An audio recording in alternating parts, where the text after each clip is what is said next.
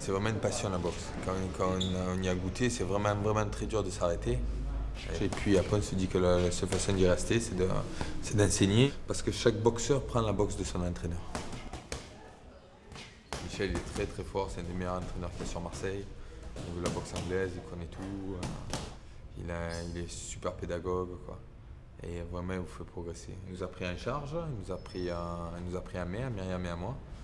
Et puis on a vraiment échangé, on a vraiment augmenté notre niveau, quoi. Donc voilà, c'était bon pour nous. Et puis on s'est liés d'amitié. Et tous les trois, on ne s'est jamais lâchés. Après on est parti, on s'est dit bon, on va ouvrir notre club, on a passé nos diplômes. Et on essaye de former les gens.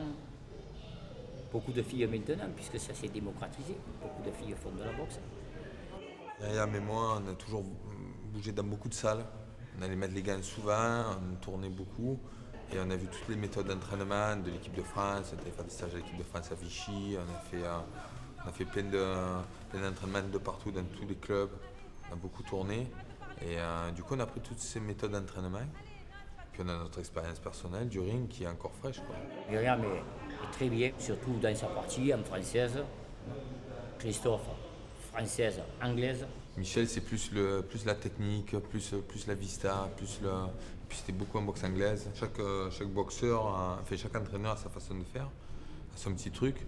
Du coup, nous, on est 3 à 4 des fois. On essaie de faire vraiment un groupe au sein du club, d'essayer de former des entraîneurs qui vont prendre la relève, parce qu'après, on ne peut plus, quoi.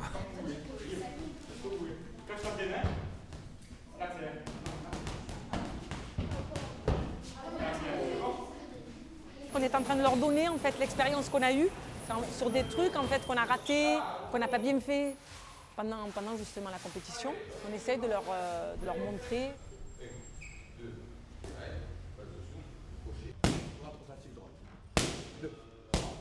Donc avant, il fallait être dur, il fallait venir, il fallait vraiment, quand on rentrait dans une salle de boxe, il fallait uniquement combattre. Ils prenaient que les combattants. Maintenant, c'est devenu plus dans des cours collectifs, c'est plus réservé à une certaine catégorie de personnes. C'est un sport très, très complet. 90% de nos adhérents, c'est du loisir semi-performant, tu vois. Ça boxe quand même un bon niveau.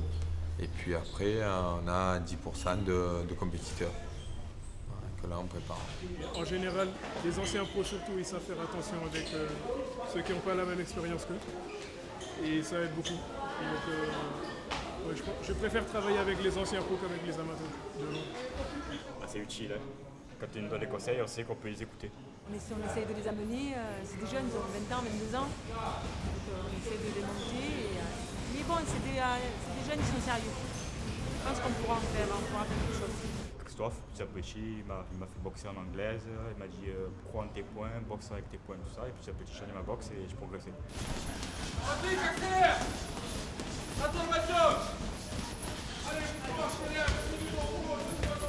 demande énormément de sacrifices. Les combats ils se gagnent à l'entraînement et pas sur le ring, quoi.